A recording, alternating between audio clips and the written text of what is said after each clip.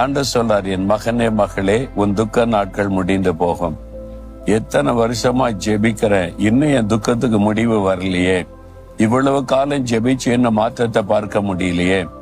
ஏதோ ஒரு துக்கம் உங்களை தொடர்ந்து கொண்டே இருக்கிறாரு. அதனுடைய கணவரை குறைத்த துக்கமா இருக்கலாம், பிள்ளைகளை குறைத்த துக்கமா இருக்கலாம், உங்களுடைய பிள்ளைகளுடைய வாழ்க்கையை குறைத்த துக்கமா இருக்கலாம், ஒரு வியாதியை குறைத்த துக்கமா இருக்கலாம், உங்களுடைய பிசினஸை குறைத்த துக்கமா இருக்கலாம். நான் இவ்வளவோ ஜெபிக்கிற பிரயாசப்படுற முடிவே வரமாட்டேங்க நினைக்கிறீங்களா?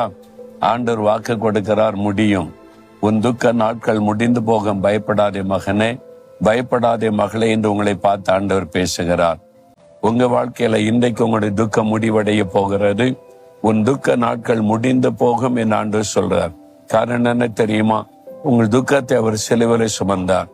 ஏசாயா 53:4 நம்முடைய பாடுகளை ஏற்றுக்கொண்டு துக்கங்களை இயேசு சிலுவையிலே சுமந்தார்.